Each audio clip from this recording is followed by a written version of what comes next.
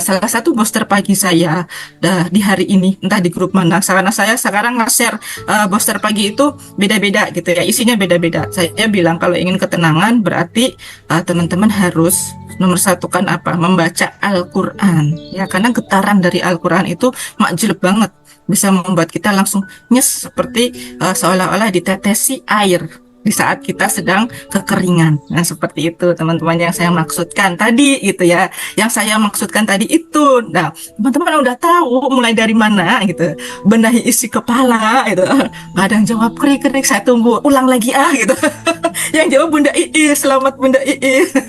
Nggak apa-apa ya teman-teman semuanya, yang penting kita harus punya keyakinan bahwa aku bisa gitu. Saya yakin saya bisa. Deketin dulu Al-Qur'annya gitu ya. Terus perbanyak zikir, perbanyak tilawahnya ya. Ketika nanti Allah memberikan ketenangan, otomatis semua benang kusut yang ada ya di dalam isi kepala kita itu terurai sedikit demi sedikit. Nah, bukan tidak mungkin tiba-tiba Allah langsung makjleb, mak berdunduk, mak ting gitu kan, ngasih keajaiban, tiba-tiba uang masuk ke dalam rekening kayak saya nih gitu. Saya nggak tahu, benar-benar nggak tahu sampai detik ini siapa yang bayarin pajak PBB rumah bapak saya gitu. Benar-benar ajaib gitu. Sudah saya cek sana sini belum ada jawaban. Ini benar-benar Allah gitu ya yang kasih, bahwa tiba-tiba kok lunas gitu ya PBB-nya itu, padahal itu nunggak selama berapa tahun teman-teman, 4 tahun gitu. Tapi tiba-tiba dilunaskan oleh Allah gini ya. Luar biasa, ini sebuah keajaiban benar-benar tidak pernah saya sangka-sangka. Nah, seperti itulah teman-teman kalau mendapatkan keajaiban yang tiba-tiba ya. Jadi malam hari ini ya mulai perbanyak mendekati Allahnya, terutama Al-Quran gitu ya. Perbanyak tilawah, perbanyak zikirnya. Nanti otomatis pikirannya terurai. Oke? Saya lanjut untuk materi saya pada malam hari ini. Saya akan membahas bagaimana bahasa.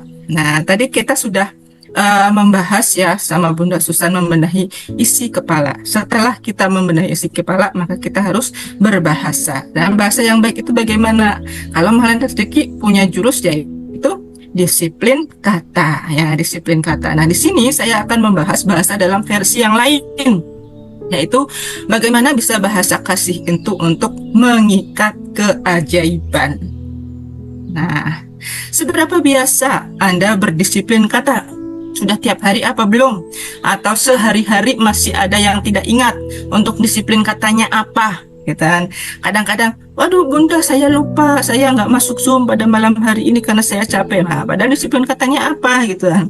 Oh Bunda, hidup ini, situasi ini sangat sulit buat saya. Nah, disiplin katanya apa? Ini yang harus kita benahi gitu ya. Jadi ketika otak kita sudah terbenahi, maka mulutnya juga harus disinkronkan.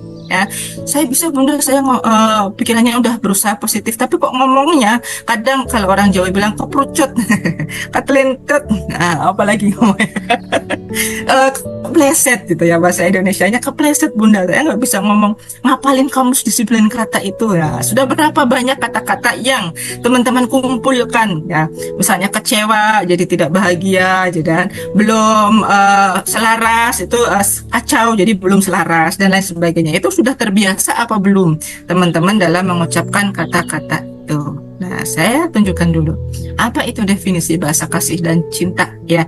Definisinya adalah bahasa kasih dan cinta itu merujuk kepada cara-cara di mana seseorang mengekspresikan kasih sayang. Aku mencintaimu. Nah, atau aku mencintaimu itu bukan kepada perempuan laki-laki aja gitu, tapi saya mengucapkan kepada teman-teman itu harus bagaimana gitu kan. Saya mencintai teman-teman semuanya di sini bukan berarti kemudian artinya saya mencintai perempuan, cinta laki-laki, kan nggak harus seperti itu. Bentuk cinta itu kan macam-macam gitu ya. Cinta kepada sahabat, cinta kepada junjungan kita Rasulullah, cinta kepada Bunda Susan, cinta kepada Pak Nas itu kan. Misalnya cinta kepada Pak Nas, apakah boleh memiliki Pak Nas? Tidak harus seperti itu kan. Pak Nas sudah dimiliki oleh Bunda Yuni gitu. Kita perempuan mencintai Pak Nas apa? Karena beliau baik, karena beliau menciptakan ilmu magnet rezeki, karena beliau yang mengembangkan jurus-jurus magnet rezeki yang membuat kita semuanya bisa terajaibkan dan merasakan keajaiban yang begitu ya nyata di depan kita. Nah, seperti itulah bentuk cinta dan kasih sayang. Nah, bahasa kasih dan cinta ini membentuk memahami dan mengungkapkan perasaan mereka dengan cara yang membuat pasangan atau orang yang mereka cintai itu merasa dihargai, diperhatikan ya. Kemudian orang bisa memiliki preferensi yang berbeda ya dan lain sebagainya gitu ya untuk cinta dan kasih sayang ini. Nah, kemudian landasan kasih sayang itu apa sih Bunda? Nah, landasan kasih sayang itu ada di dalam Al-Quran surat Ar-Rum ayat yang ke-22. Kalau ayat yang ke-21 itu apa? Tentang pasangan ya. Dan saya menciptakan pasanganmu, istri-istrimu. Nah, di ayat yang ke-22 ini, nah, artinya adalah ya kurang lebihnya seperti ini. Dan di antara tanda-tanda kekuasaannya ialah menciptakan langit dan bumi serta perbedaan bahasa dan warna kulitmu.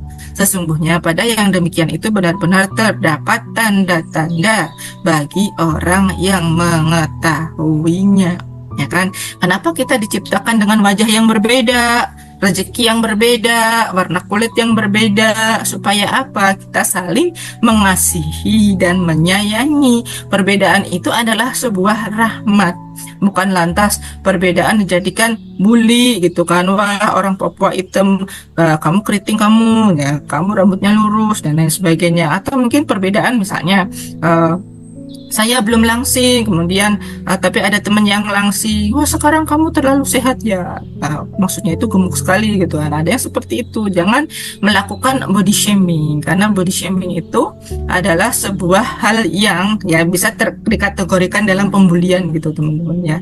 Jadi kalau melihat Bunda Susan kurusan atau Bunda Susan gemukan, ya udah bilangnya dengan disiplin kata yang baik gitu kan. Bunda Susan tambah sehat ya. Bunda Susan makin oke gitu, makin cemerlang, makin glowing. Ucapkan yang baik-baik aja, karena kita adalah orang-orang magnet rezeki gitu. Jangan sampai terlepas omongan yang kurang baik ya. Mungkin kita bisa mengingatkan dengan bahasa, mungkin karena Bunda Vita yang terlalu sehat, bagaimana kalau kita berikan jus buah setiap hari, atau kita berikan pil susut perutnya gitu. Mungkin bisa seperti itu ya teman-teman semuanya. Nah silahkan ya, pilihlah kata-kata yang baik untuk berkasih sayang. Nah, saya ingin membahas ada sebuah baterai ya, sebelum kita membahas bahasa tentang kasih sayang. Di dalam tubuh kita ini ada sebuah baterai ya. Baterai itu ibaratnya setiap orang itu kan ada masa-masa naik turunnya iman gitu. Nah, naik turunnya iman itu terkait dengan baterainya. Ya, baterainya itu apa? Baterai kasih sayangnya. Nah, teori ini diperkenalkan pertama kali oleh Bapak Adi W. Gunawan, seorang ahli hipnoterapi. Jadi, menurut teori ini di dalam otak manusia itu terdapat baterai kasih sayang. Ketika baterai ini terisi penuh, ya seseorang akan merasa nyaman dan aman. Namun, jika baterainya kosong atau mencapai batas kritis, ya, maka terjadi perilaku negatif seperti anak yang mudah marah, kitanya juga mudah marah, bersikap agresif ya. Teman-teman coba bandingkan dan rasakan ketika teman-teman belum belajar, belum kenal privat RFFLOP, ya teman-teman sifatnya bagaimana?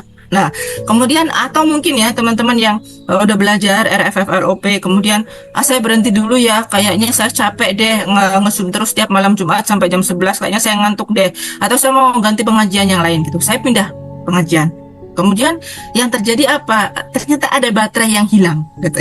Ada baterai yang ternyata saya sudah biasa makan makanan pokok saya adalah nasi, tiba-tiba saya harus berganti makanan pokok saya menjadi sagu. Yang saya seperti itu, teman-teman, kayak merasa ada yang kurang ya. Tiba-tiba saya harus ganti dengan singkong gitu kan. Kok beda ya? Tiba-tiba baterai kasih sayangnya ini dicas dengan cas-casan yang berbeda gitu kan. Kok beda? Nah, itu teman-teman pasti merasakan ya, merasakan. Nah, inilah yang dinamakan kasih sayang. Ya, kasih sayangnya siapa? Bunda Susan misalnya, atau saya misalnya. Saya belajar di sini dicas oleh Bunda Susan, enakan deh, kayaknya saya nyaman deh. Baterai saya terisi penuh. Saya menjalani hari-hari saya penuh semangat dan bahagia sekali gitu. Tapi ketika saya berhenti RFFLOP, kok ada perasaan yang gersang gitu ya, tandus dan lain sebagainya. Atau saya nggak ikut pembelajaran magnet rezeki lagi, kok ada sesuatu yang hilang ya, padahal saya udah tahu ilmunya tapi kok saya nggak bisa praktek ya. Nah, ini namanya ya teman-teman, baterainya tidak penuh. Dan akhirnya apa? Jadi orang yang mudah marah ketika diingatkan, diberi nasihat, udah tahu gitu. Saya udah tahu, kamu nggak usah ngasih tahu lagi. Nah, sikapnya jadi agresif gitu. Inilah sebuah ketidakbaikan ketika baterai kasih sayang kita tidak penuh. Lalu bagaimana Bunda cara mengisi baterai kasih sayang kita supaya ini penuh? Jadi tidak perlu diisi rutin ya 24 jam terus-menerus, tetapi cukup diisi 2 atau 3 kali dalam seminggu ya. Jika baterai ini kosong, otak akan mengalami ketegangan yang bisa memacu perilaku fight or flight. Ya, jadi atau penyimpangan perilaku. Fight itu melawan, flight itu ngambang gitu, melayang gitu ya. Spiritual materinya akan terganggu jika baterai kasih sayang ini tidak terisi secara benar. Apa sih Bunda, bagaimana cara mengisinya gitu? Baterai kasih sayang ini kan meliputi bagaimana teman-teman belajar, bagaimana teman-teman nanti mendapatkan kasih sayang dari orang-orang di sekitar teman-teman setiap harinya, itu seperti apa gitu ya. Nah, jenis-jenisnya apa lagi Bunda? Ya, jenis-jenisnya yang nanti akan saya jelaskan lebih lanjut. Ada 5 ya teman-teman. Baterai itu jenisnya apa lagi? Ada 5.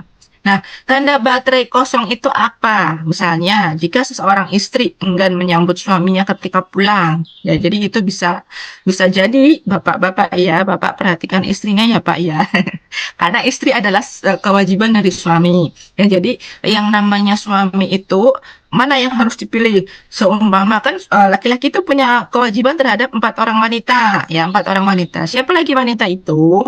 Yang pertama adalah ya ibunya. Yang kedua adalah saudara perempuannya, ya saudara perempuannya.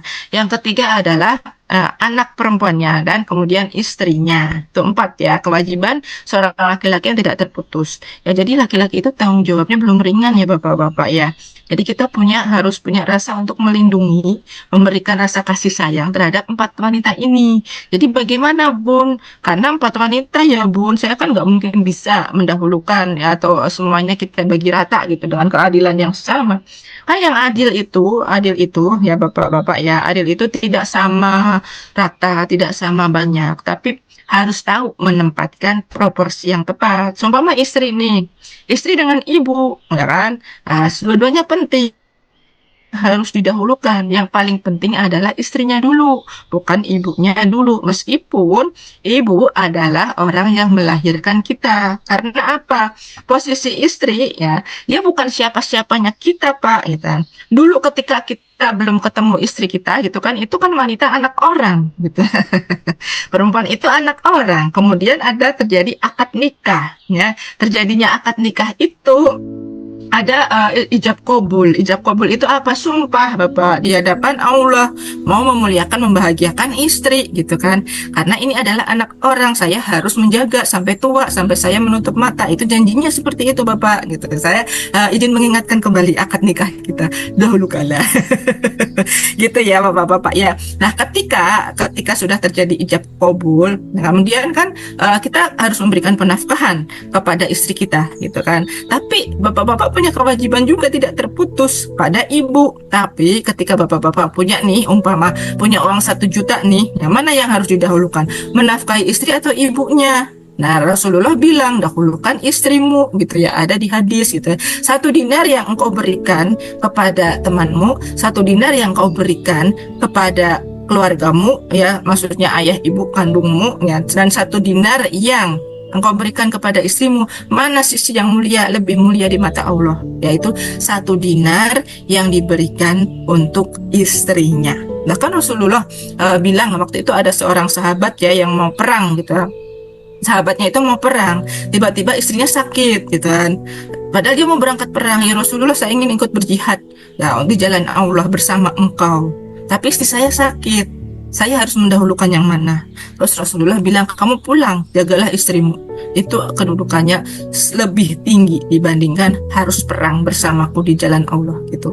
Jaga istrimu, karena istrimu sedang sakit, ya biarkan dia sembuh dahulu. Nah ini Pak gitu kan, kedudukan istri itu lebih mulia dari apapun gitu. Ketika ya seorang suami bisa memuliakan dan membahagiakan istrinya, wah luar biasa. Contohnya siapa? Gurunda kita gitu ya, Ustadz Nasrullah. Istrinya berapa? Alhamdulillah 1, dan mudah-mudahan hanya selalu 1.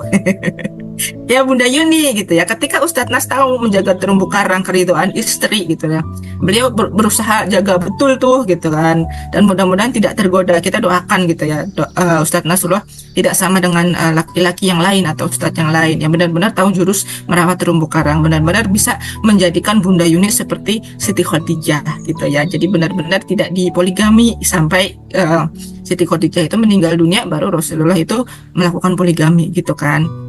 Nah, di sini Bapak Ibu ya. Jadi tanda-tanda kasih sayangnya itu misalnya seorang istri yang mudah marah, atau ya ini untuk ibu-ibu ya, atau seorang suami yang cemberut gitu kan, diem aja. Kalau bapak-bapak stresnya, bapak-bapaknya itu diem gitu, nggak kebanyakan kata-kata kayak ibu gitu. Nah, itu harus kita perhatikan ya. Jadi kita sama-sama mengisi.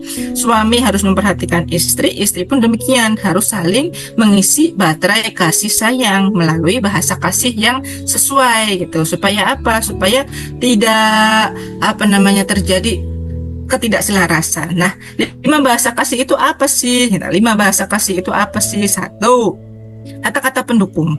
Nah, jadi kita punya 5 bahasa kasih yang harus kita ekspresikan ya kan, untuk orang lain, dan itu juga harus kita dapatkan dari orang lain. Nah, bahasa kasih itu diantaranya adalah satu, kata-kata pendukung. Jangan pelit pujian, ya, jangan pelit pujian ke orang lain gitu ya. Jadi ketika kita punya pasangan, kita punya anak ya, ekspresikan itu. Dah, Dek, kamu pintar gambar sekarang gitu ya. Waduh, Adik, sekarang kamu sudah rajin menulisnya gitu. Jangan pelit ya Bapak Ibu untuk memuji, entah itu pasangannya melakukan hal apapun. Nah, itu Bunda Susan pernah gitu ya, kalau mau harmonis dengan pasangannya supaya selaras itu sering-sering memuji gitu. Kita harus tahu tipikal dari pasangan kita itu sukanya apa gitu kan. Bisa jadi gitu, suami kita adalah orang-orang, atau pasangan kita adalah orang yang suka dipuji gitu. Untuk adalah orang-orang yang baterai kasih sayangnya itu menang di kata-kata pendukung tuh, memuji, mengapresiasi, ya, mendorong dengan ucapan verbal aja gitu. Waduh, ayah hari ini ganteng banget gitu. Boleh aja kok meskipun sudah memutih rambutnya. Ya, jangan tidak dermawan untuk memberikan kata-kata pujian terhadap pasangan kita. Saya yakin meskipun mungkin nanti pasangannya apa sih pagi-pagi udah ngegombal gitu. Tapi kita perlu juga ya Bapak Ibu ya, memberikan sebuah ucapan yang baik, disiplin kata yang baik untuk keluarga kita. Tanda kita sudah merawat terumbu karang kepada mereka. Nah, seberapa sering nih Bapak Ibu mengucapkan kata-kata ini kepada keluarga kita, kepada suami kita, gitu, anak-anak kita, gitu, atau mungkin tetangga kita. Nah, silahkan ya kita teliti dulu gitu, sudah berapa lama kita belum pernah muji-muji gitu keluarga kita sendiri. Terus kemudian yang kedua ya, baterainya adalah waktu berkualitas. Ya, waktu yang berkualitas. Bagaimana kita bisa menghabiskan waktu bersama ya tanpa gangguan dengan suaminya atau dengan anak-anaknya gitu kan. Bukan kuantitasnya seberapa sering, tapi kualitasnya. Benar-benar nggak ada yang mengganggu gitu. Misalnya kayak Bunda Susan, quality time-nya dengan keluarga adalah hari Ahad, saya juga gitu kan. Tapi sebisa mungkin gitu kita benar-benar mencurahkan waktu yang khusus itu hanya untuk memperhatikan keluarga kita. Kemudian yang ketiga, ada orang yang sukanya physical touch gitu ya, dimana ketika disayang, dibelai rambutnya, dicium, dipeluk ya, kontak fisik, gandengan tangan aja udah bahagia ya. Bapak-bapak udah berapa lama tidak gandengan tangan dengan ibunya? Berapa lama Pak? Atau ibu-ibu nih beberapa lama nggak digandeng sama bapaknya? Jangan salahkan ibu kalau ngomel-ngomel ya Pak ya. Nah, misalnya kayak gini ya, kalau waktu masih ingat nggak bapak-bapak dan ibu-ibu waktu pertama menikah, bulan madu honeymoon, kemana-mana digandeng aja kayak truk gandeng gitu ya. Setelah 5 tahun, apa perbedaannya? Setelah 10 tahun, perbedaannya apa? Kayak Bunda Susan udah lebih dari 20 tahun ya Bunda Susan. Kayak apa perbedaannya? Nah, ini harus kita perhatikan ya. Jangan kemudian udah lama ini kok kayak anak muda aja, nggak usah gandengan lagi lah, ngapain gitu. Jangan gitu. Tidak boleh seperti itu. Dalam mandat rezeki kita diajarkan untuk selalu memuliakan dan membahagiakan orang lain, termasuk hal yang sepele ya, termasuk hal yang sepele kayak gini gitu. Misalnya gandengan tangan gitu kan ya, jalan-jalan ke mall nggak usah malu gitu, gandengan tangan aja gitu. Kadang-kadang misalnya gandengan tangan gitu sama anak yang di belakang, cie ayah ibu gandengan gitu. Karena sebetulnya nggak apa-apa, karena memang memang sudah sepantasnya hal itu kita lakukan dengan suami kita gitu kan, dengan istri kita. Jangan hanya sekedar gandengan aja, kadang-kadang saling memandang gitu ya, kayak kayak Bunda Susan dengan Pak Haji Gatot tuh ya, di foto-fotonya keren-keren gitu, memandangmu gitu, yeah, gitu. Gitu. Itu udah mengisi bahasa kasih loh Bapak Ibu gitu kan.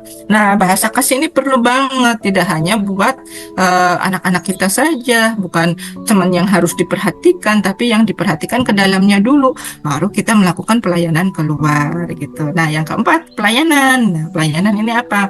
Nah, melakukan hal-hal kecil untuk pasangan, seperti membuatkan minuman ya. Jadi tipe bahasa kasih mana yang dominan? Atau yang kelima, menerima hadiah. Nah, eh, Bapak Ibu kayak gini ya. Jadi kelima tangki cinta ini tidak harus kita penuhi semuanya, tapi kita harus bisa memperhatikan, menganalisa keluarga kita, pasangan kita, anak kita ini termasuk tipe yang mana. Ya, kalau suami saya bahasa kasihnya gitu, dia adalah tipikal yang ke nomor 4 gitu. Ke nomor 4, dia suka melayani saya. Gitu Bapak Ibu ya, melakukan pelayanan. Bahkan ya ini bukan bukan mamerin suami sendiri enggak gitu kan. Suami saya kadang menyapu mau gitu kan, menyapu halaman, kemudian menyapu dalam rumah gitu kan. Ya memang tugas kewajiban suami sebenarnya itu gitu kan, melakukan pekerjaan rumah tangga. Bapak-bapak nggak boleh malu Pak gitu, karena memang kewajibannya adalah seperti itu, seperti apa yang dilakukan oleh Rasulullah gitu kan. Tapi ada kalanya gitu, kenapa tugas tanggung jawab itu bersih-bersih rumah kemudian langsung diberikan ke istri itu tidak lain dan tidak bukan karena Rasulullah pernah mengucapkan gitu, bahwa istri itu harus mengikuti apa yang diperintahkan suaminya. Kalau yang diperintahkan adalah nyapu, ya silahkan nyapu gitu kan. Tapi sebenarnya kewajiban utamanya bapak-bapak itu ya pergi ke pasar, bener Pak, masakin buat istri, kemudian nyapu gitu. Sebenarnya kewajiban utamanya itu gitu, dan termasuk mencarikan uang gitu, penafkahan buat istri. Wah berat bener nih. Memang itulah tanggung jawab laki-laki ya Bapak, mohon maaf, mohon izin, sebenarnya itu tanggung jawab utama dari laki-laki, kewajiban utamanya itu. Adapun kalau misalnya diambil alih oleh perempuan, nyapu, ngepel, masak, bersih-bersih rumah, memang anak dan lain sebagainya gitu, ya nggak apa-apa, itu adalah bagian dari sedekahnya perempuan gitu Bapak ya. Jadi ya sama-sama saling mengisi lah sebenarnya, sama-sama memberikan pelayanan yang terbaik ya.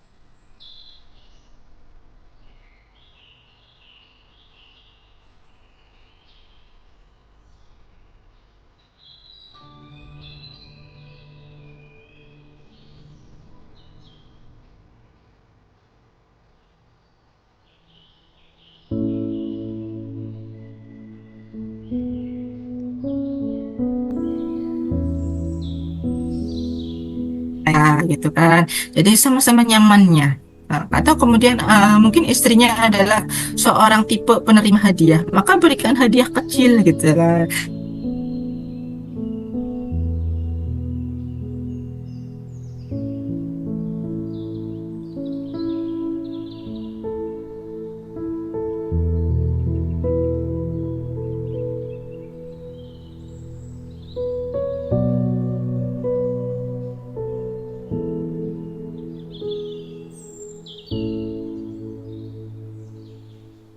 Oke, sudah kelihatan lagi Bapak Ibu? Ya, saya lanjutkan ya. Jadi ini bentuk dari pelayanan bahasa kasihnya kita, ya bahasa kasihnya kita terhadap pasangan kita atau anak kita gitu. Nah, pilih dan amati dulu ya. Pertama yang harus dilakukan oleh teman-teman di sini adalah amati dulu ya. Amati dulu keluarga kita ini termasuk orang yang harus dicas baterainya di apa nih dari 5 hal ini. Apakah dia kalau suaminya Bunda Susan pernah bilang tuh suka dipuji-puji, berarti bahasa kasihnya adalah kata-kata pendukung ya. Kemudian suka waktu yang berkualitas ya, silakan gitu melakukan quality time dengan keluarga ya. Kalau suami saya suka dilayani ya, melakukan pelayanan, membuatkan minuman dan lain sebagainya, karena dia bahasa kasihnya itu. Dan jangan salah atau nggak tepat memberikan bahasa kasih. Misalnya nih suaminya adalah tipikal yang physical touch ya, orang yang suka disentuh fisiknya.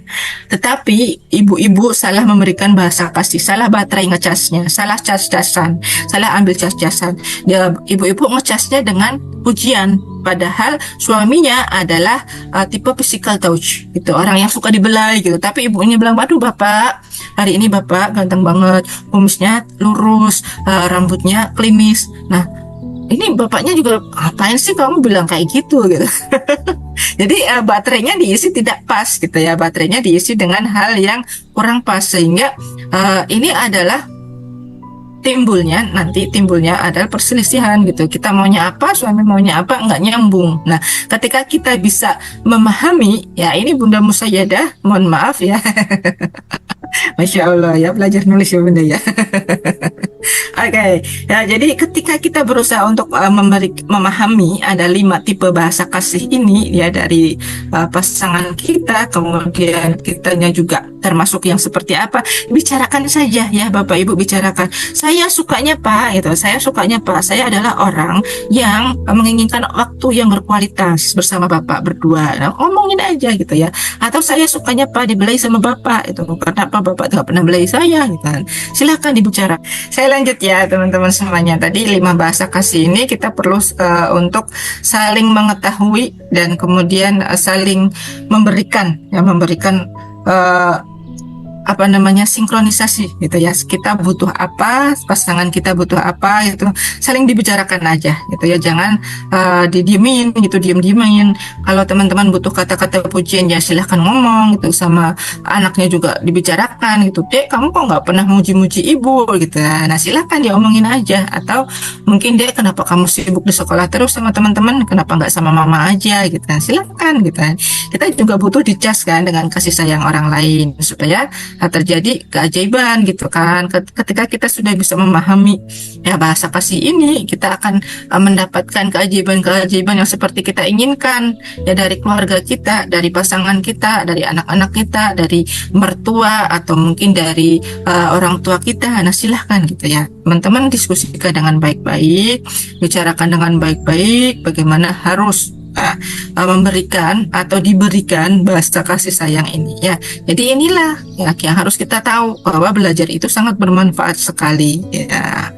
Kemudian nah, bagaimana sih disiplinnya? Disiplin kata dari bahasa-bahasa kasih tadi Bunda. Nah contoh ini ya, contoh kalau teman-teman butuh kata-kata pendukung, maka misalnya bisa ucapkan sama adiknya itu, wah Dek, ibu bangga banget sama kamu ya, kamu bekerja keras luar biasa hari ini, bahwa kamu hari ini bisa menjadi anak yang nurut sama orang tua gitu, menjadi anak yang berbakti sama orang tua gitu. Kamu bisa menciptakan sebuah keterampilan membuat gelang yang indah. Nah itu kata-kata pendukung yang berikan ya, kita ngisi, kita ngecas ya bahasa kasih untuk anak kita. Dengan suami kita juga harus seperti itu, dengan istri kita juga harus seperti itu. Nah kemudian gimana kalau disiplin kata untuk waktu yang berkualitas Bunda? Nah suaminya pulang kerja, nah ayo Pak kita habiskan waktu sore ini bersama ya Pak ya, hanya berdua saja tanpa gangguan. Nah terus kemudian ini sentuhan fisik ya Bapak Ibu, ini penting terutama untuk anak-anak ya, anak-anak yang beranjak remaja kayak saya nih, anak saya sudah beranjak remaja gitu kan. Nah berikanlah sentuhan fisik, sini sayang saya peluk dulu. Nah minimal 1 menit ya peluk anak-anaknya ya, minimal 1 menit untuk peluk anak-anaknya. Gunanya apa? Membangun emosi, membangun bonding, kekuatan, dan rasa empati. Ketika anak-anak, terutama yang cowok ya, Bapak jangan malu-malu untuk memeluk anak cowoknya. Sebab apa? Tugas utama dari seorang ayah itu adalah memberikan rasa hangat dan kenyamanan, terutama untuk anak laki-lakinya. Gitu ya. Katakan sama anak laki-laki, saya bangga dengan kamu nak. Tepuk pundaknya Pak. Ya, tepuk pundaknya anak laki-laki. Kenapa Pak? Kalau ya Bapak perhatikan ya, kenapa banyak anak-anak remaja tawuran, bahkan mereka ya tidak segan-segan untuk meregangkan nyawa sia-sia. Ya, naudzubillahi min dzalik. Ya, kenapa ada anak-anak SMP pada tawuran bawa golok, bawa pedang, bawa pisau, naudzubillah gitu ya. Nah, ini karena apa? Kurangnya kedekatan ayah dengan anak laki-laki. Jangan begitu mereka dideketin sama seorang gangster atau kepala preman gitu ya. Wah, selamat datang bro, ditepuk-tepuk sini Pak punggaknya. Wah, anak laki-lakinya jadi bangga, apalagi anak remaja. Wah, aku dihargai di sini daripada aku di rumah gitu kan. Jadi mereka lebih senang ke sana daripada di rumah. Kehangatan keluarga nggak didapat, apalagi dari ayahnya. Maka itu kenapa kemarin ada di Bekasi ya 7 pemuda ya meregangkan nyawa di kali dengan sia-sia karena apa? Tawuran Bapak. Ya Allah gitu ya, saya sampai ya generasi muda sekarang ini ya bukan salah siapa-siapa, yang salah siapa saya yang salah gitu. Karena ilmu MR nggak masuk di dia gitu. Kalau kita di MR gampang aja ya daripada mikirnya mumet-mumet gitu ya menyalahkan orang lain gitu. Ya, jadi ya sudahlah gitu. Maka bareng-bareng di sini kita belajar itu tujuannya seperti itu gitu, memberikan sebuah pencerahan untuk pikiran kita, membenahi pikiran kita yang ada di dalam otak kita yang selama ini kita nggak pernah tahu gitu. Perhatikan Bapak Ibu yang punya anak remaja, ini benar-benar harus diperhatikan, apalagi zaman sekarang gitu ya, gadget gampang sekali menularkan hal-hal yang tidak positif ke anak gitu ya, gambar video-video, ya Allah itu saya benar-benar miris gitu ya Bapak Ibu. Kalau ada live gitu, ada dari anak-anak remaja gitu ya, live-nya juga joget, kemudian ada juga yang live-nya itu tawuran Bapak Ibu, di live kan di TikTok gitu kan. Nah, itu kemana gitu ya, kemana orang tuanya dan ngapain aja mereka tidak memberikan sebuah pelayanan yang terbaik untuk anak-anaknya gitu ya. Jadi kita harus benar-benar memperhatikan anak-anak kita, maupun yang di pondok atau dimanapun mereka berada ya, paling tidak ya kirimkan poster doa gitu buat anak kita, meskipun kita berada dalam kondisi kayak Bunda Susan punya remaja di Rafi gitu kan, tetap diberikan poster doa gitu setiap harinya ya. Tugasnya siapa ini kalau poster doa? Ibunya. Benar, karena ketangguhan keluarga itu bukan mulai dari suaminya ya. Kalau kewajiban memberikan nafkah dan lain sebagainya itu dari bapak. Tapi kalau untuk ketangguhan keluarga, ya, misalnya keluarga yang mau sakinah mawadah warahmah, itu mulai dari ibunya. Ibunya yang harus rajin tirakat. Gitu. Tirakatnya macam-macam gitu. LOP-nya apa nih? Gitu. Makanya tadi saya bilang, Bapak Ibu sudah paham belum membenahi mulai dari mana? Gitu. Ya dari keluarga dulu gitu. Dari keluarga dulu, saya mau benahin dulu dari keluarga. Kemudian setelah keluarga kita terbenahi gitu, otomatis yang lain gampang ditarik. Uang mah gampang Bapak Ibu ditarik. Kalau kita mau benahi satu persatu benang kusut yang ada di sekeliling kita ini gitu, wow kerennya itu jadi benar-benar terucap dari wow hatinya keren gitu. Ada persoalan ini wow keren gitu. Bukan salah siapa-siapa, saya yang salah ya. Tunjuk diri sendiri. Kalau ada yang tidak tepat, bukan tunjuk orang lain. Kamu ya, dasar bapak yang nggak benar. Kamu ya, istri yang nggak benar. Jangan seperti itu. Anak tawuran, yang salah siapa? Keluarga gitu. Kemana ketahanan mentalnya? Punya anak nggak diajarin adab gitu misalnya.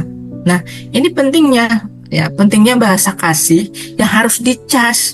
Kalau ada salah satu aja bahasa kasih ini yang tidak terpenuhi, anak larinya keluar. Nah, kalau terpenuhi semua, ya manut-manut aja. Nggih Bu, nggih Pak. Iya Pak, iya Bu, saya siap. Nah, siap Mando Dek? Ya, saya siap. Nah, silakan. Nah, silakan Bapak Ibu, mulai dari mana? Malam ini sudah tahu gitu. Membenahinya mulai dari apa gitu ya. Nah, jangan hanya oke, saya tahu ilmu mana rezeki buka perisai, kemudian saya tahu saya harus salat taubat, saya tahu saya harus zikir, tapi nah, memuliakan dan membahagiakan orang lainnya bagaimana, sudah pas apa belum? Bahasa kasihnya untuk orang lain bagaimana, sudah dicas apa belum? Jangan kita menuntut dulu orang lain untuk memberikan bahasa kasih untuk kita dengan baik, tapi kita nggak mau memberikan pelayanan yang terbaik keluar. Nah, jadi yang harus kita usahakan itu ke orang lain dulu. Ya, masalah nanti kita dapatnya apa, itu adalah feedback. Selama kita memberikan hal baik, pasti kita akan mendapatkan hal yang baik. Jadi sering-seringlah memberi sebelum kita harapkan untuk menerima. Saya mau menerima apa nih, tapi berilah dulu. Ibaratnya rayu dulu gitu, Allahnya rayu dulu gitu kan. Saya mau menerima keajaiban yang gede nih, pengen 1000 dinar, apa yang harus saya lakukan? Ya berarti saya harus mendekati Allahnya. Syaratnya bagaimana? Saya uraikan dulu isi kepala saya gitu. Nanti selaraskan dulu benangnya gitu. Benangnya diluruskan dulu, yang kusut-kusut itu diurai satu persatu. Oh, saya belum tepat di keluarga saya sendiri nih, benahin dulu keluarganya. Caranya apa nih supaya si adik yang sudah terlanjur keluar supaya mau lagi ke dalam sama aku. Dekatin Al-Quran, getarkan diri dengan Al-Quran. Insya Allah beres gitu. Percaya. Getaran Al-Quran itu luar biasa. Seperti itu ya Bapak Ibu semuanya. Sudah mulai paham ya sampai sini? Nah, kesimpulannya apa Bunda?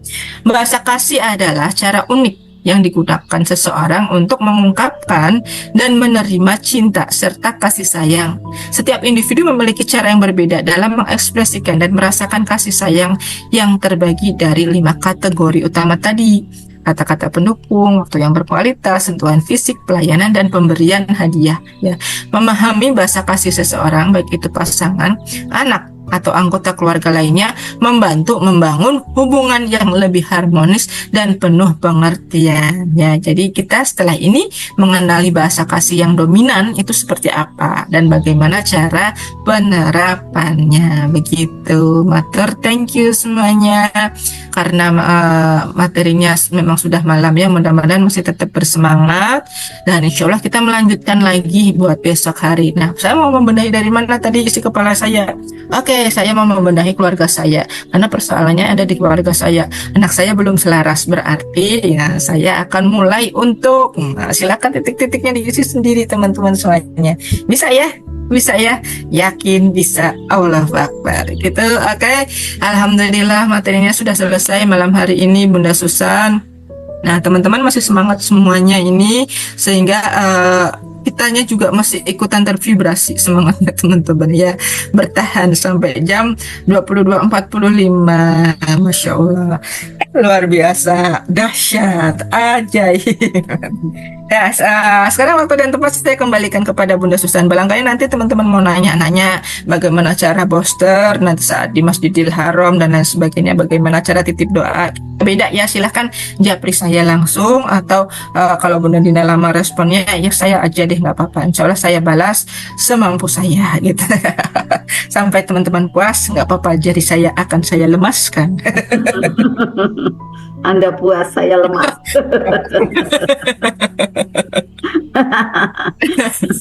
Ya, silakan Bunda Susan, barangkali ada closing dan doa kafaratul majelisnya. Ya, terima kasih Bunda Pita materinya. Mohon maafnya Bapak Ibu ya untuk yang sebelum keberangkatan saya umroh ini, memang untuk yang giveaway itu ya Bapak Ibu saya nonaktifkan dulu sementara ya, karena kan biar tidak kepikiran di saya, karena yang packing itu saya sendiri Bapak Ibu. Gitu ya, nanti karyawan kalau packing masih belum tepat dan lain-lain harus saya pantau gitu kan. Nah makanya mohon izinnya untuk yang giveaway sementara off dulu, insya Allah nanti untuk bisa kita sambung. Semoga kita selalu dalam kondisi yang sehat, dalam kebersamaan, bahagia selalu dan ajaib ya Bapak Ibu. Kemudian berkaitan dengan titip doa dan lain-lain, untuk yang booster seperti biasa ya Bapak Ibu, ditaruh ada di Bunda Dina. Kemudian yang ingin doa ada di depan Ka'bah atau di dalam Masjid Nabawi, silakan nanti menghubungi Bunda Pita. Ketentuannya bagaimana, yang penting saya minta Bapak Ibu untuk nomor HP-nya gitu ya, harus diberi wajah Bapak Ibu. Kalau Bapak Ibu ya ingin mudah SST gitu ya, karena dengan mengenali wajah itu energinya mudah sekali mencari alamat itu. Walaupun memang Allah maha tahu, tapi kan nyari dulu lama gitu. Tapi kalau tahu kan langsung tek nyari. Bapak Ibu pengen lama apa pengen cepat? Kayak gitu aja kan. Ya, itu yang pertama ya. Kemudian yang kedua, tentunya Bapak Ibu berlatih mana rezeki ini kan agar kita itu naik ya skillnya gitu ya, agar kita ajaib gitu ya. Kemudian kita itu meningkat dalam kebisaan kita, kemudian meningkat pula di dalam finansial dan lain-lain gitu ya. Makanya saya sarankan Bapak Ibu yang HP-nya belum muncul gambar Bapak Ibu ya, silakan diisi, karena secara ilmunya ya Bapak Ibu kan pada waktu belajar mana rezeki ada jurus merawat terumbu karang ya. Merawat terumbu karang ini kan memuliakan, melayani dan membahagiakan orang lain gitu ya. Di dalam mana rezeki ini berkaitan dengan pelayanan kita kepada orang lain, tentang usaha kita, tentang pekerjaan kita gitu kan ya. Nah, saya pernah dapat materi ini dari Bapak Guru Tubagus Arif Hindrawan ya, yang mengenai DPWA gitu.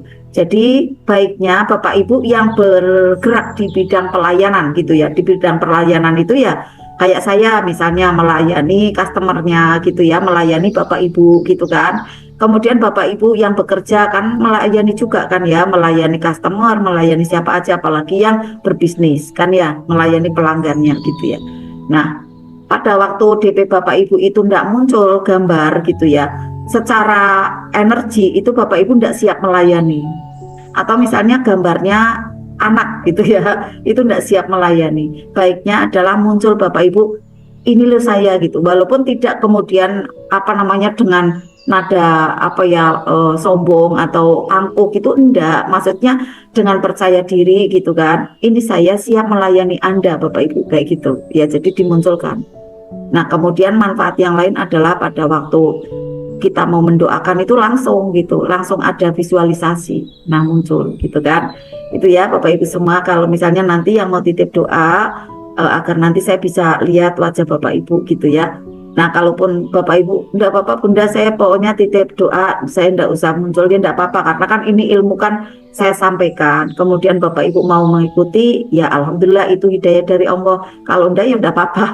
Yang penting saya udah menyampaikan gitu ya. Secara keilmuan memang pada waktu Bapak Ibu bergerak di pelayanan ya, DPWA Bapak Ibu itulah yang menandakan Bapak Ibu siap melayani semesta gitu ya, dan Bapak Ibu siap ajaib gitu ya. Kemudian misalnya fotonya kayak saya ya, barengan dengan tim gitu ya, dengan Bunda Pita, dengan suami, dengan anak ya. Di sana memang saya pelayanan SAMR gitu ya. Jadi ya boleh-boleh saja gitu ya. Yang penting ada gambar Bapak Ibu gitu ya, ada di sana, misalnya Bapak Ibu, suami sama anak gitu ya, istri sama anak, enggak apa-apa, yang penting ada diri Bapak Ibu semua gitu ya. Jangan tampil anak saja, jangan, atau gambar bunga gitu ya, gambar pemandangan gitu. Nah itu nanti customer bingung nih gimana kayak gitu kan, pelayanannya kok enggak muncul orang gitu. Nah percayanya itu nanti kurang gitu ya, jadi trustnya itu nanti berkurang. Ini secara keilmuan ya Bapak Ibu ya, seperti itu kurang lebihnya untuk tambahan dari saya. Nah mungkin ada yang mau ditanyakan dan lain-lain yang berkenaan dengan nanti 2 pekan ini kurang lebihnya ya. Berarti kan live ada dari Mekah dan Madinah, saya sudah izin dengan Mbak Reni. Mbak Reni, nanti saya ada kegiatan bimbingan dari grup saya yang memang tidak bisa saya tinggalkan. Saya berusaha untuk bisa on selalu gitu. Nah kemudian saya hanya 2 jam kurang lebihnya Bunda gitu. Nah nanti tadinya seperti ini Bapak Ibu, karena kan ada di ini ya, di negara sebelah gitu ya. Kita enggak tahu di sana itu ibaratnya nanti itu apa longgarnya itu jam berapa gitu ya, hari apa. Saya sih LOP-nya itu pada waktu Kamis gitu ya, Kamis malam Jumat, kemudian tepatnya jam sekian, berarti di sana nanti jam berapa. Nah itu longgar kayak gitu. Saya LOP-nya seperti itu. Dan kemudian misalnya gitu ya Bapak Ibu ya, kok geser misalnya agak maju gitu, agak maju jamnya, berarti kan agak siang nih kayak gitu ya. Mungkin di saya berarti di sana apa pagi gitu kan. Nah kemudian misalnya kalau mundur kan otomatis di sini malam ya. Ya berarti bisa jadi mundurnya keesokan harinya. Saya mohon Bapak Ibu bisa legowo seperti itu ya. Atau misalnya Bunda Pita udah bisa ngimami ya enggak apa-apa. Tapi ini memang ciri khasnya saya gitu ya, untuk baca Al-Qur'annya seperti itu. Jadi memang untuk transformation spiritualnya ini yang bekerja di wilayah perasaan ya, sampai ke hati, itu memang bacaan Al-Qur'annya ini memang khasnya dari saya Bapak Ibu. Di sini ada energi ruqyah ya, membersihkan gitu kan. Membersihkan apa saja nih? Membersihkan rumput ilalang, membersihkan ada jendela buram gitu ya. Kemudian juga menyembuhkan luka batin gitu ya, dengan nyaman membaca jahar terus menerus itu akhirnya terbentuk seperti kayak ada odol salep kayak gitu ya, yang mengobati luka batin kita. Akhirnya setelah selesai membaca itu kayak rilis aja gitu, kayak lupa, ndak ada persoalan apa-apa kayak gitu. Itu banyak sekali terjadi dan saya pun demikian gitu. Alhamdulillah menjadi orang yang senang memaafkan, mudah memaklumi itu karena dengan seperti ini Bapak Ibu, membaca Al-Waqiah, jahar kurang lebih tadi 1 jam ya, sama mendoakan orang lain gitu kan. Nah ini kurang lebihnya Bapak Ibu ya, nanti untuk naik dan turunnya atau maju dan mundurnya kegiatan kita Kamis malam Jumat ini, saya mohon Bapak Ibu memaklumi. Yang penting kita terus ada di grup WA. Nah, nanti pengumumannya Bapak Ibu tinggal mengikuti. Kalau saya LOP-nya tetap ya di jam ini juga, karena saya ingin melayani Bapak Ibu dengan sebaik-baiknya gitu ya. Istilahnya tidak berubah jam seperti itu kan. Nah, nanti tinggal kegiatan saya yang di sana itu bagaimana. Yang informasinya sih memang penuh seperti itu, memang penuh. Tapi misalnya kok ada kegiatan yang tidak urgent banget gitu ya, misalnya umroh wajib kayak gitu kan. Umroh wajibnya kan kurang lebih 2 kali gitu kan. Nah, lainnya kan misalnya pas piknik gitu kan, terus city tour dan lain-lain tuh mungkin kalau saya izin ya sama Pak Abus gitu kan, TL saya Pak Abus, kok diizinkan, alhamdulillah nanti kesempatannya saya untuk bisa pembimbingan ke Bapak Ibu. Nah, kalau saya misalnya, oh bisa nih siapkan materi gitu. Nah, nanti ya saya sepil-sepil siap materi. Misalnya tidak, yang penting Bapak Ibu ada bacaan Al-Qur'annya. Nanti materinya adalah dari Bunda Pita gitu ya. Yang penting Bapak Ibu ada isian ya, isian tisunya tadi gitu ya. Yang powerful bacaan Al-Qur'annya, yang menyembuhkan luka batin. Bapak Ibu mudah memaafkan, menerima keadaan sekarang ini, mudah melupakan masa lalu yang traumatik, yang kecewa, yang sakit hati, dan kemudian mudah sekali masa depan itu menjadi optimis dan yakin. Itu manfaat ya dari baca Al-Waqiah berjamaahnya tadi Bapak Ibu ya. Di samping adalah ada materi di awal dan di akhir, inilah yang membentengi Bapak Ibu semua nanti di 7 hari ke depannya, 6 hari ke depannya itu pun juga menjadi banyak sekali bekal ya yang menuntun Bapak Ibu pada jalurnya. Makanya penting semua Bapak Ibu ya, serangkaian dari Privat RFF LOP ini dibuktikan apa? Dibuktikan Bapak Ibu yang sudah hadir ada di sini masih terus ingin hadir ya, bahkan makin bertambah. Yang di offline juga iya seperti itu, makin bertambah dan saya tidak mendahului ya Bapak Ibu ya, saya melihat itu nanti justru orang itu mencari saya, mencari Arta gitu. Jadi bukan mencari karena bontet dicari gitu, enggak ya. Tapi memang karena ingin belajar LOP, pengen belajar magnet rezeki. Dari siang pun banyak sekali dari YouTube ya yang menyapa dari kemarin itu untuk belajar gitu, baik di offline maupun di online. Alhamdulillah. Dan saya melihatnya memang seperti itu. Nanti banyak sekali yang ingin mendalami LOP, karena LOP ini cara doa dari para wali ya, yang memang perlu diasah, karena kalau sekilas tidak bisa Bapak Ibu ya. Seperti itu tadi gambarannya Bapak Ibu, nanti pada waktu akan ampuh gitu ya LOP-nya, memang ada pengelupasan, tapi Bapak Ibu harus tetap dalam kondisi yang tenang ya, tidak usah kemerungsung ataupun was-was, tidak usah takut, karena Allah itu memberi ujian kepada kita itu sesuai dari kemampuan kita. La yukallifu wahu nafsan illa wus'aha. Jadi Allah itu akan memberikan ujian pada kita sesuai kemampuan kita, bukan di luar kemampuan kita. Jadi Allah itu tahu kita mampu. Maka Bapak Ibu yakin aja bisa melewati itu dan bisa nanti naik kelas. Saya ingin Bapak Ibu makin ajaib kehidupannya, banyak cita-cita yang terkabul, banyak impian yang terwujud nyata. Apa saja sih impian Bapak Ibu sekarang ini? Saya berdoa, saya mohon ya kepada Allah Bapak Ibu tuh setidaknya ya 80%, 90% gitu ya, kayak Ustadz Nas itu kan ya di tengah-tengahnya gitu ya. Sekarang ini kan hampir 100% tuh Pak Nas ya dikabul gitu ya. Nah Bapak Ibu kurang lebihnya ya 85, 95 gitu ya Bapak Ibu ya, keren dah Bapak Ibu dikabul gitu. Jangan cuma 5% gitu ya, tapi naik tuh ke 85, 95 gitu ya. Yang 5% ya masih daftar tunggu lah. Untuk apa? Untuk kita senang sekali berdoa lagi, senang sekali tirakat lagi, karena itulah yang menyebabkan kita semakin semangat mendekati Allah. Kalau semuanya mudah, semuanya lapang, ya nanti malah kayak jalan tol gitu ya, nanti kita bisa jadi tidak ingat sama Allah gitu ya. Diberi ada PR itu yang belum terkabul itu karena agar kita tuh selalu untuk mendekati Allah. Makanya berbahagialah misalnya ada LOP yang belum terkabul gitu. Saya pun seperti itu. Oh iya belum terkabul nih, berarti saya biar selalu ingat sama Allah, biar selalu senang tahajud, biar senang selalu baca Al-Quran. Lah kalau udah dikabul semua ya untuk apa kan gitu kan, udah dikabul udah nyaman gitu kan. Justru kalau belum ya ada yang belum dikabul, berarti itulah kesemangatan kita terus untuk menggapainya gitu ya Bapak Ibu ya. Terima kasih kebersamaannya malam ini luar biasa dahsyat sampai jam 11 ya. Mohon maaf lahir batin sekali lagi dari saya. Kita jumpa lagi ada di grup WA ya Bapak Ibu, dan Bunda Pita saya mewakili ya, mohon maaf juga dari Bunda Pita dan saya, Bunda Dina juga. Bapak Ibu sehat-sehat semua, ajaib seluruhnya dan makin disayang oleh Allah ya. Bapak Ibu sampai jumpa ya ada di grup WA. Setelah kita saling maafkan, mari bersama-sama untuk kita tutup dengan doa penutup kafaratul majelis. Misalnya ada pertanyaan dan lain-lain dari peserta baru yang maupun yang lama ya, nanti taruh aja di grup WA, nanti saya bisa VN seperti itu ya Bapak Ibu ya. Mari bareng-bareng Bapak Ibu, karena tubuh kita butuh istirahat ya Bapak Ibu. Nanti setelah ini Bapak Ibu istirahat bersama keluarga tercinta.